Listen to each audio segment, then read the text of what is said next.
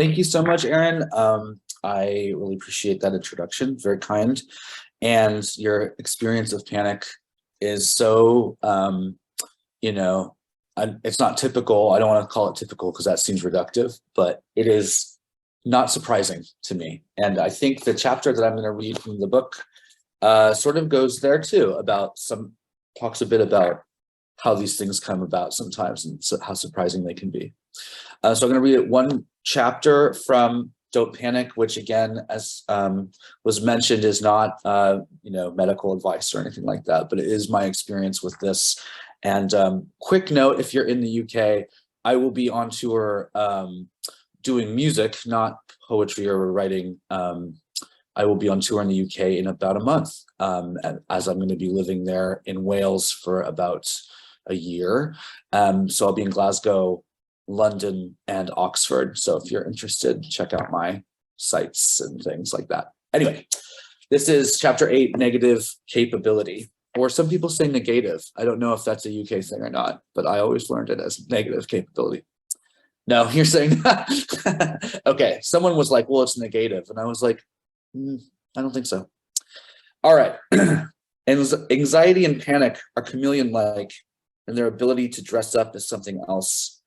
I've already mentioned this, but it is this characteristic of anxiety and panic that has been for me the most frustrating, and is for many of us who deal with these issues the thing that most frequently lands us in an urgent care or emergency room. A sudden stabbing pain in your chest grips you with no advance warning. What do? Well, we've all been told ad nauseum that this is a classic sign of a heart attack, so we rush off to the ER. We wait, we are seen, and the EKG shows nothing. When the doctor pokes their head in to debrief us, well, we are used to that look on their face by now, aren't we? The sort of sickly, sympathetic, not empathetic expression, which silently communicates to us, nothing's wrong, dear, you're just crazy. Let me tell you a story. The first time I landed in the emergency room due to panic and anxiety was back in 2012. In hindsight, I'm surprised I made it as long as I did without a visit, although this was when I was approaching 30, and to be sure, even I, chronic anxiety and panic haver, was blessed with a sense of invincibility in my 20s. I mean, as long as I wasn't in an airplane, on a bridge, in a building over 2 stories tall, riding a train, or in the near vicinity of a major metropolitan area. In my 20s, I didn't think about my health and was certain I would die in one of the above scenarios, that something big and bad was headed my way, but perhaps I could outrun it or avoid it. As I inched towards 30, all of that began to shift. I became hyper aware of my body. I began to worry excessively about my heart, but also my head, my brain.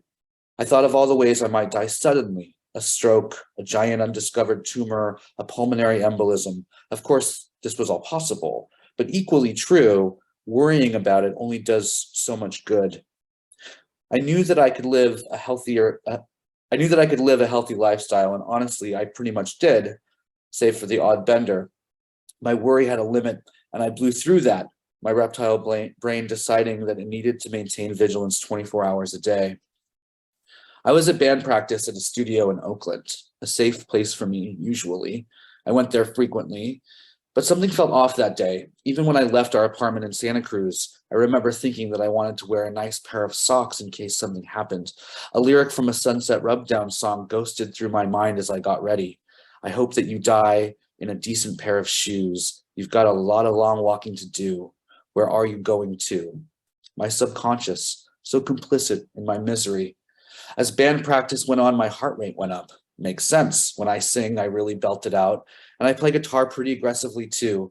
Mine was a loud, grungy indie band. I always broke a sweat. And when we played live, I would be positively dripping by the end. So what was different this time? Something, I decided. I knew that there was something wrong. It was a gut feeling.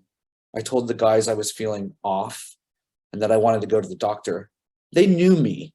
They looked concerned, but they were supportive, which is the correct way to handle this. I left determined to see a doctor safely back in Santa Cruz just to make sure. I stopped at the Rite Aid at 51st and Telegraph, a few blocks from where I used to live in the Temescal neighborhood, another place that felt safe and familiar. I decided I'd get some aspirin and water just in case. In case I was having a very small and painless heart attack, or was about to have one, the only symptom of which was a quick heartbeat after doing some strenuous exercise. I don't make the rules, as they say, I just obey the panic. I'm in Rite Aid. I've got my aspirin and water. Then it hits, that insane rush that any panic sufferer knows, and what is often described officially as an overwhelming sense of doom. Holy shit, that's an understatement. It comes screaming in at Mach 5, a Blue Angel during Fleet Week. I can feel the sonic boom of the adrenaline rushing in to meet this unholy threat to save the day. This is all happening inside of me, standing in line at Rite Aid. I'm really good at hiding the fact that I'm having a panic attack, experiencing anxiety, or that I'm just really unhappy when I'm in public, but my practice defenses were no match for this. I turned a shade of sickly gray, started doing a weird dance I often do when I panic, and then, thinking, this is it, the heart attack, I opened the aspirin bottle, which naturally exploded all over the floor, scooped 2 up, pounded them down with water, steadily drawing a small crowd of onlookers from a safe distance. This was Telegraph Avenue in Oakland, after all. People did far stranger things on the quarter hour. And at the peak of my freakout, a voice called to me across an unnavigable expanse. Next, please. I made eye contact with the cashier. He did not seem to notice that I was about to die. How strange. But then we can never really truly know anyone, can we? I put the bottle of water and the empty bottle of aspirin on the counter. I croaked out, "Can you please call an ambulance?" And he was like, "What?" I repeated myself. He said, "Are you sure?" I screamed at him, "I'm fucking having a heart attack. Call a fucking ambulance." That did the trick. He called 911. I talked to a dispatcher. She sighed knowingly. People who are having heart attacks usually aren't as riled up as I was, but sent some paramedics anyway.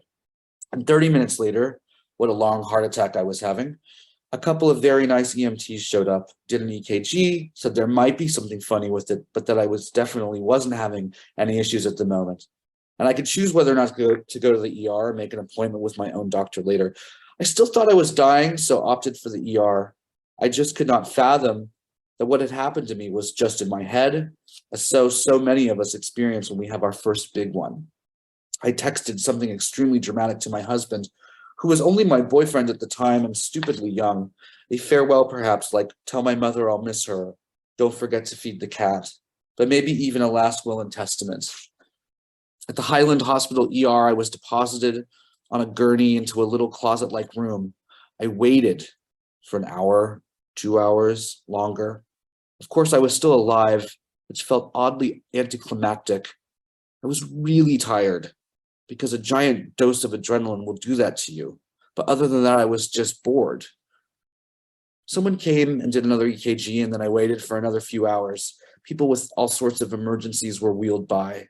I saw a guy who had been shot. They had bigger fish to fry. That's when the doctor appeared finally to discuss my results. We'll call him Dan, but I have no idea what his name was, only that his name badge clearly read intern.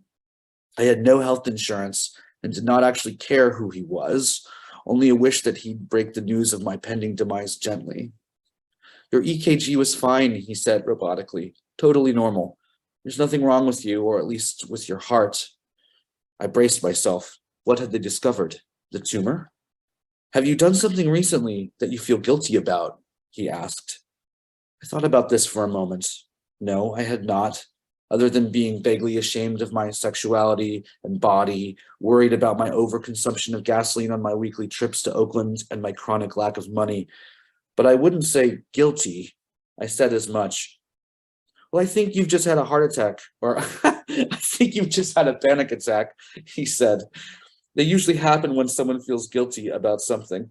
You should see someone about getting medication, but for now, we'll send you home with some Ativan in case it happens again. Hello, Ativan, my old friend. I was numb at this point, and my boredom, cultivated from sitting in a dark room by myself with no phone, book, or stimuli of any sort for 9 hours, had blossomed into the only rational emotional response available. I don't give a shit, just let me drive home now. And I did, along with my jug of drugs. The point of the story, aside from its sheer comedic value, is twofold. First, I wanted to share the story to firmly illustrate how panic, especially to the novice, can feel like being hit by a motherfucking train. If you know, you know, as they say. Second, the attending ER intern said the dumbest fucking shit I've ever heard anyone say about panic and anxiety ever in a long history of living with this, reading about it and talking to others about it and all the rest. Was I feeling guilty about something? Seriously. For the uninitiated, this is a good example of what not to say to someone who has just gone through an episode. Because first, what? But second, because there is no single determinant of what causes a panic episode to occur, and it certainly isn't the fault of the person suffering one. In fact, as far as I can tell, the jury is still out on what is happening in our brains and bodies. There are theories, sure, but that's it. But here's the hard truth. Nothing causes panic episodes, or I should say no thing. Or I should say there isn't always a discernible trigger. They sometimes just happen for no discernible reason at all. It's a terrible thought, but it's made it so much simpler. There doesn't need to be a reason. I just panic sometimes. Seriously, it's liberating. That panic just happens means that I'm not dying. True, it means it could happen again, and to be completely honest, it likely will. But when it does come, I know that's just a feeling for now, a very powerful one like jealousy. But for example, it can feel all-consuming sometimes, and sometimes it can feel like the nothing of a breeze through an open window. But it will pass. The work becomes learning to accept uncertainty, which brings us to the larger point. The British romantic poet John Keats famously wrote about the concept of negative capability in a now famous letter to his brothers. And here's the quote. It struck me, what quality went to form a man of achievement, especially in literature, and which Shakespeare possessed so enormously? I mean negative capability. That is, when a man is capable of being in uncertainties, mysteries, doubts, without any irritable reaching after fact and reason. Of course, Keats is talking about literature, especially poetry, but the idea is applicable to all sorts of endeavors, and particularly to the art of living with panic and anxiety, I think. It's hard medicine, friends, but there is no cure. However, like Keats, we can develop our ability to be in life's uncertainties, mysteries, doubts, without, and this is the crucial piece for us, any irritable reaching after fact and reason. Once we accept that panic and anxiety are inevitable conditions or features of life, for everyone, I think, to varying degrees, but perhaps especially to us, the chosen ones, and that panic episodes come and go without always having discernible reasons, then we have come a long way towards freedom from their tyranny. Yes, true enough, we will never be truly free, but for my money, there is serious liberatory potential in freeing oneself from the fetters of cause and effect, at least when it comes to panic and anxiety. These days, when I have a panic episode, I still let it burn out, but I don't spend much time investigating the cause of the blaze. I might feel a bit curious about how that fire started, but instead of worrying about it too much, I very consciously focus my attention on helping it along.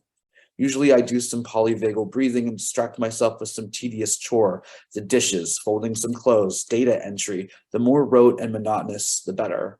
Or sometimes when the feeling is very physical, as it was this morning, I will take some ibuprofen and just dance it out. And you know what?